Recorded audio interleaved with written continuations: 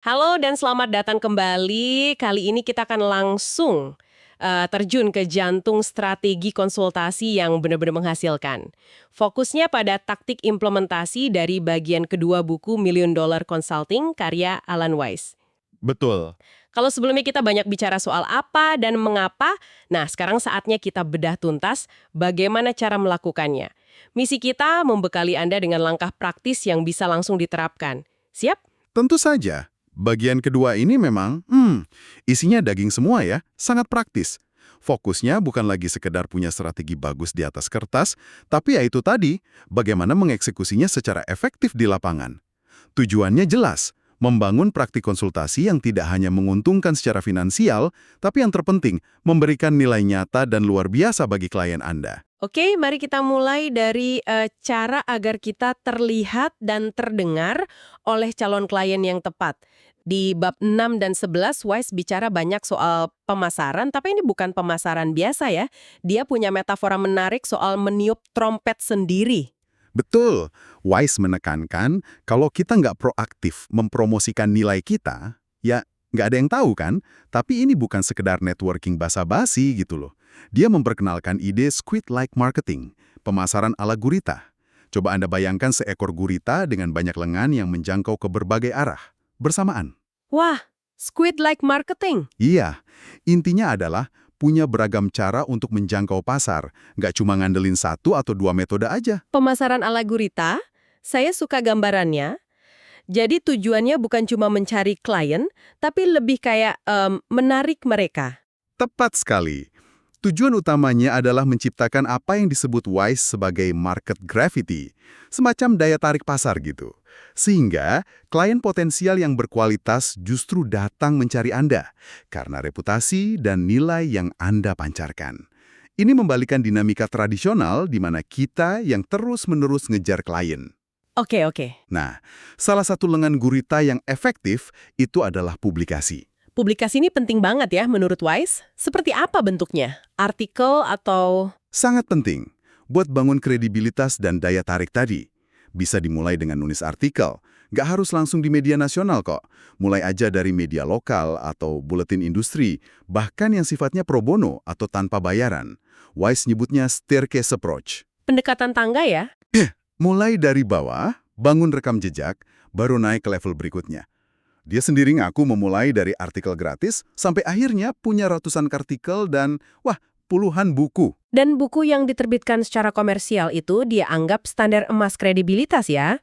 Dia bahkan cerita dapat klien besar hanya karena bukunya. Betul. Tapi dia juga mewanti-wanti soal vanity publishing atau nerbitin buku bayar sendiri. Katanya kurang efektif buat bangun citra di mata bayar korporat. Benar gitu? Benar. Selain artikel dan buku, lengan gurita lainnya bisa berupa, berbicara di depan umum. Ini kesempatan ketemu banyak calon klien sekaligus. Lalu aktif di organisasi profesional yang relevan. Tapi bukan sekedar hadir ya, tapi mencari ide-ide kecil yang dampaknya besar, yang Wise sebut keepers. Keepers. Contohnya apa tuh yang praktis? Contohnya, hal sederhana aja. Misalnya, selalu kirim proposal penting via kurir. Itu nunjukin keseriusan. Atau membiasakan diri ngontak klien atau prospek secara berkala, kasih info berharga gitu. Oke. Nah, gimana dengan kehadiran online? Website, blog, terus medsos kayak LinkedIn. Di era sekarang ini kan rasanya wajib banget ya? Nah, ini pandangan Wise yang mungkin sedikit, kontroversial bagi sebagian orang. Menurutnya, untuk konsultan yang targetnya economic buyer, orang yang punya wewenang akhir soal dana di perusahaan besar, website itu lebih fungsi ke penunjang kredibilitas. Bukan alat jualan utama. Blog bisa efektif kalau brand Anda udah kuat. Tapi untuk media sosial kayak LinkedIn, Twitter, Facebook, Wise justru cenderung nganggapnya prioritas rendah buat jangkau pengambil keputusan puncak ini. Oh ya? Kenapa tuh? Katanya bisa jadi pemborosan waktu.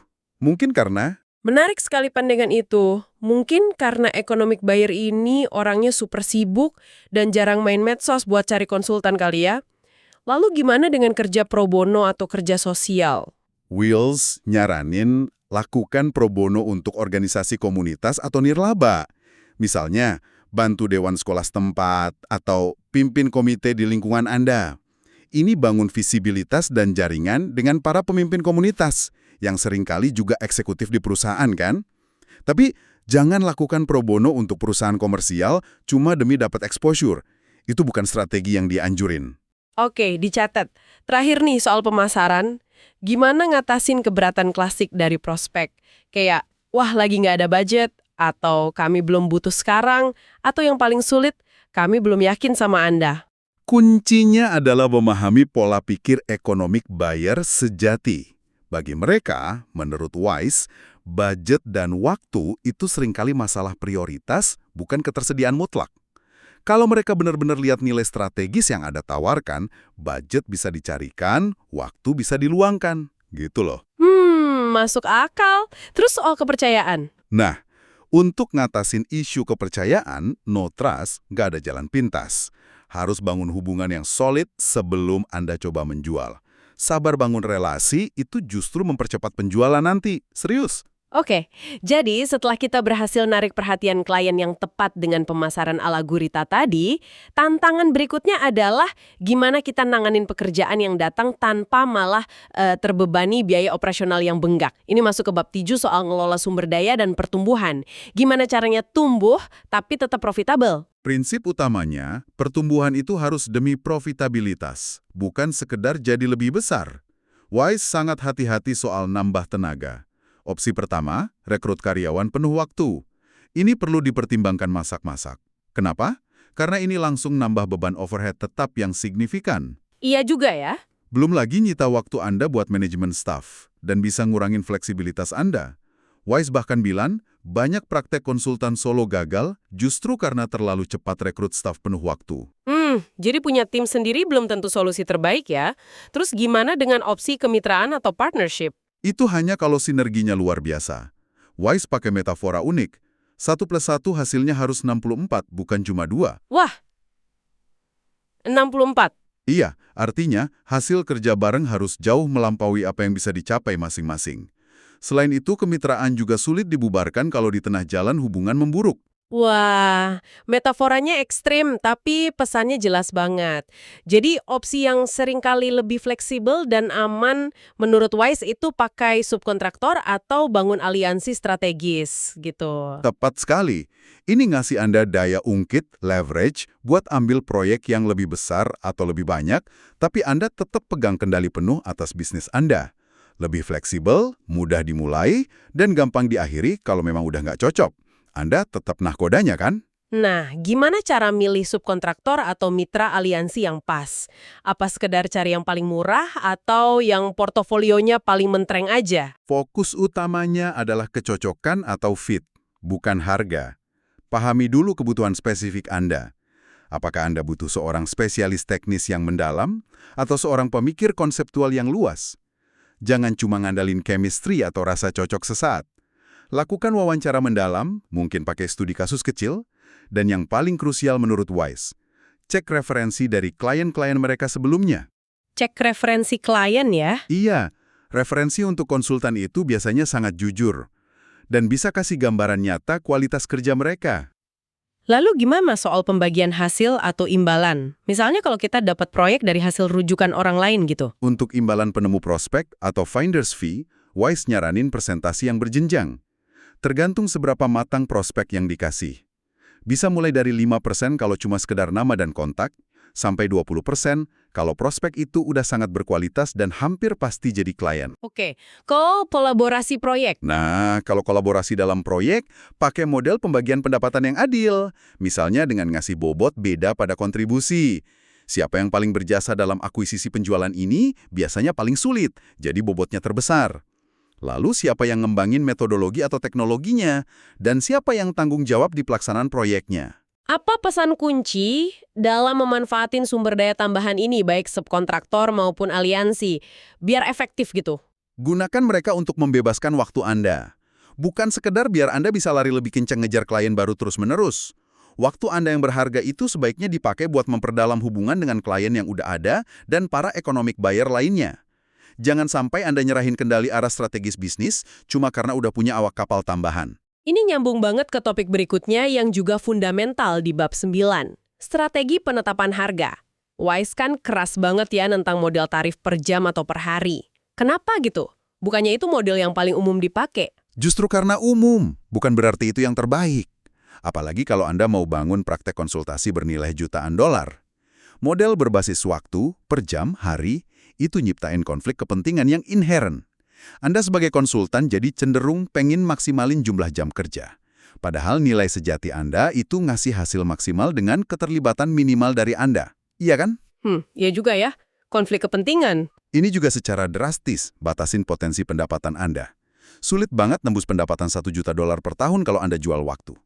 Dan yang nggak kalah penting, klien bakal cenderung lihat Anda sebagai penjual waktu, bukan sebagai mitra strategis pemecah masalah. Oke, logis sekali penjelasannya. Lalu, kalau bukan jual waktu, kita jual apa dong dan gimana netapin harganya? Ini pasti jadi pertanyaan banyak pendengar kita nih. Anda menjual nilai dan hasil. Fokuslah pada apa yang Wise sebut project fees, tarif tetap untuk keseluruhan lingkup proyek, dan value-based fees, tarif yang ditetapin berdasarkan nilai atau dampak finansial strategis yang dihasilin proyek itu buat klien. Kuncinya ada di kesepakatan konseptual di awal, bahkan sebelum proposal dibuat. Anda harus duduk bareng economic buyer dan definisikan dengan sangat jelas. Apa tujuan objektif proyek ini? Bagaimana kita bakal ngukur keberhasilan, measures, dan yang paling penting, berapa nilai value tercapainya tujuan ini bagi organisasi klien. Maka tarif kita, katakanlah $100.000, bakal kelihatan sebagai investasi yang sangat masuk akal ya, bukan sekedar biaya. Persis. Tarif $100.000 itu jadi investasi dengan potensi return on investment 5x atau 10x lipat buat klien. Ini ngubah total cara pandang klien terhadap biaya jasa Anda. Nah, untuk bisa sampai ke sana, Anda harus berani gali value distance, kesenjangan antara apa yang diminta klien di awal, mungkin solusi teknis sederhana, dengan apa yang sebenarnya mereka butuhin, solusi strategis yang lebih berdampak. Disitulah nilai unik Anda berada. Netapin harga berbasis nilai ini kedengarannya butuh keberanian dan kepercayaan diri tinggi ya. Kapan saat yang tepat buat naikin tarif atau netapin tarif premium gitu? Wise ngasih banyak pemicu, misalnya saat permintaan jasa Anda lagi tinggi. Atau kalau proyek yang ditawarin sebenarnya kurang menarik buat Anda, secara pribadi, Anda bisa pasang harga tinggi. Kalau diterima ya bagus, kalau enggak ya nggak apa-apa. Iya juga. Atau untuk secara sadar memposisiin diri Anda beda dari kompetitor yang mungkin banting harga. Kuncinya adalah berani nolak bisnis yang nilainya rendah atau nggak sesuai fokus Anda. Wise juga nyaranin untuk secara berkala mecat 15% klien dengan nilai proyek terendah, buat kasih ruang buat klien yang lebih baik. Jangan pernah ngutip tarif berbasis waktu. Oke. Dan satu lagi yang penting, tolak negosiasi harga dengan bagian purchasing atau legal. Lakukan negosiasi hanya dengan economic buyer yang paham nilai strategisnya. Bagaimana dengan retainer atau kontrak jangka panjang? Apakah ini mirip kayak retainer pengacara? Konsepnya beda menurut Wise. Retainer ala Wise itu bukan deposit buat bayar tarif per jam nanti. Ini adalah biaya tetap yang dibayar di muka, biasanya per kuartal, sebagai jaminan akses klien kepada Anda. Klien bayar untuk kepastian bahwa mereka bisa hubungi Anda kapan aja, butuh saran atau masukan strategis dalam periode itu. Pengalaman Wise nunjukin klien jarang nyalahgunain akses ini kok. Oh gitu ya. Justru, semakin mapan praktik Anda, semakin besar porsi pendapatan Anda yang bisa berasal dari model retainer ini. Oke, dari harga kita beralih ke cara ngunci kesepakatan.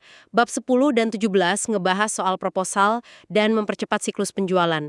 Ada prinsip penting soal proposal ini kan, yang agak beda. Ya, prinsipnya sangat jelas. Proposal yang efektif itu bukan alat untuk memulai penjualan, tapi merupakan konfirmasi tertulis dari kesepakatan konseptual yang sudah Anda capai sebelumnya dengan economic buyer. Wah, ini benar-benar membalik pemahaman umum ya. Biasanya kan orang sibuk bikin proposal sebagus mungkin buat meyakinkan klien. Jadi, apa aja yang harus dipastikan sebelum proposal dikirim? Ada sekitar 10 langkah krusial menurut Wise, tapi intinya gini. Anda udah ketemu dan bangun hubungan percaya dengan economic buyer. Anda udah capai kesepakatan lisan soal tujuan, ukuran keberhasilan, dan nilai proyek. Anda udah ngasih tahu klien bahwa proposal nanti bakal berisi beberapa pilihan, choice of yeses, bukan cuma satu harga mati. Anda udah bahas peran dan tanggung jawab masing-masing pihak. Anda bahkan udah dapat komitmen finansial secara konseptual. Wow. Dan Anda udah netapin tanggal follow-up yang jelas setelah proposal dikirim. Kalau semua ini udah beres, proposal itu ya cuma formalitas aja. Luar biasa. Jadi proposal itu ibaratnya rangkuman dari diskusi dan kesepakatan sebelumnya ya. Terus gimana dengan strukturnya? Dan saran unik Wise soal pengirimannya itu? Strukturnya disaranin nyakup 9 bagian inti. Latar belakang, tujuan, ukuran keberhasilan, nilai bagi klien, metodologi, dan opsi. Nah ini penting, kasih 2-3 pilihan dengan lingkup dan investasi beda, tanggung jawab bersama, syarat dan ketentuan, termasuk jadwal bayar, jangka waktu, dan bagian tanda tangan. Soal pengiriman, Wise nyaranin kirim hardcopy berkualitas bagus via kurir, 2 salinan, bukan sekadar email atau fax. Ini buat nunjukin profesionalisme dan keseriusan tingkat tinggi. Oke, pakai kulir ya. Lalu soal follow up setelah proposal dikirim, dan opsi mana yang biasanya dipilih klien? Lakukan follow up tepat pada tanggal yang udah disepakati bareng sebelumnya. Jangan ragu. Soal opsi, pengalaman Wise nunjukin bahwa opsi tengah yang nawarin nilai lebih baik dari opsi dasar, tapi investasinya lebih rendah dari opsi premium, itu yang paling sering dipilih. Sekitar separuh kasus lah. Menarik. Selain proposal yang efektif, gimana cara percepat siklis penjualan secara keseluruhan? Dari kontak pertama sampai akhirnya dapat proyek, biar nggak kelamaan gitu. Kuncinya adalah kecepatan yang terkontrol. Pahami dan ikuti setiap langkah dalam proses penjualan Anda secara disiplin. Versi Wise punya 8 langkah tuh. Jangan tergoda ngelompati langkah penting cuma demi pengen cepat closing. Hindari kesalahan umum kayak terlalu banyak ngabisin waktu sama orang yang salah, bukan economic buyer. Iya, iya. Atau takut ngelangkahi hierarki, padahal level bawah nggak punya wewenang mutusin.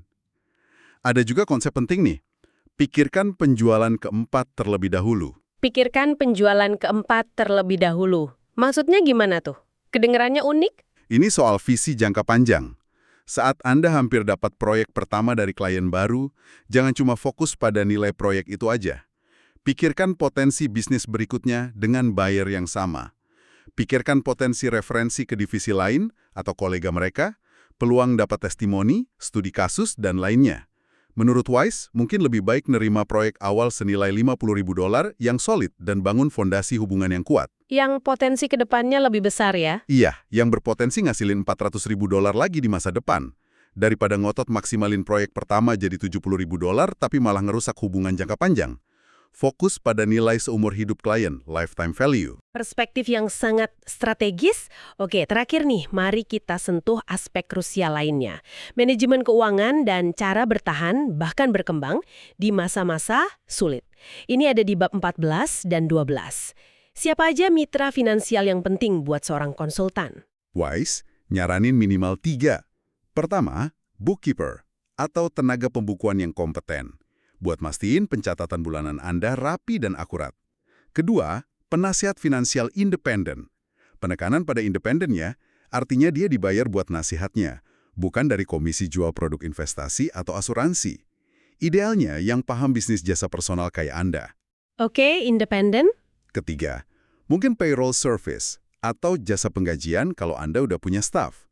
Punya laporan keuangan yang akurat, neraca bulanan, dan proyeksi pendapatan setahun ke depan itu vital, terutama pas berhadapan sama bank. Nah, gimana bangun hubungan yang baik dengan pihak bank? Anggap mereka sebagai mitra strategis bukan sekedar tempat pinjam uang. Cari bank yang mau nawarin kredit lain atau fasilitas kredit siaga. Bisa basisnya ekuitas rumah atau jaminan bisnis Anda. Dan yang ngasih layanan personal. Tunjukin ke mereka kalau Anda ngelola keuangan bisnis secara profesional dan disiplin. Fasilitas kredit lain ini penting banget sebagai bantalan cash flow kalau ada pembayaran klien yang telat. Apa kunci utama ngejaga cash flow tetap sehat menurut Wise, selain kredit lain tadi?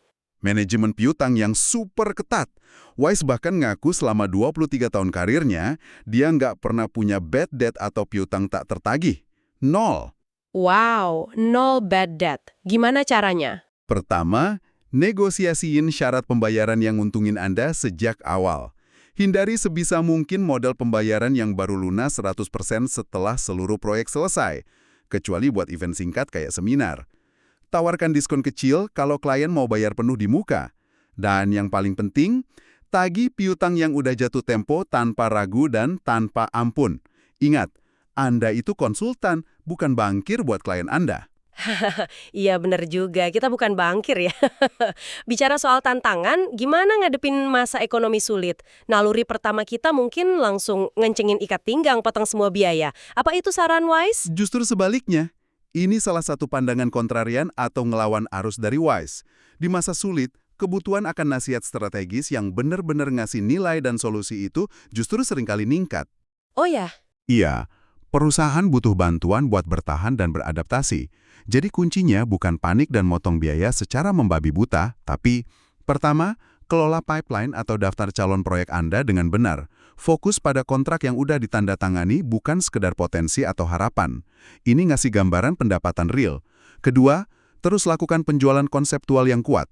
Tunjukin nilai investasi dari solusi Anda bukan sekedar sebagai biaya. Justru karena masa sulit, klien perlu investasi pada perbaikan yang berdampak.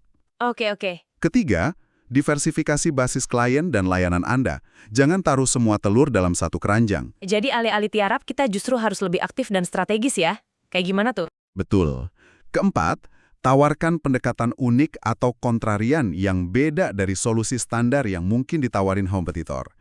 Dan kelima, yang paling penting, jangan panik dan potong pengeluaran kunci. Teruslah investasi secara cerdas dalam pemasaran yang efektif, bangun jaringan strategis, dan yang terpenting, jaga kualitas layanan Anda tetap prima.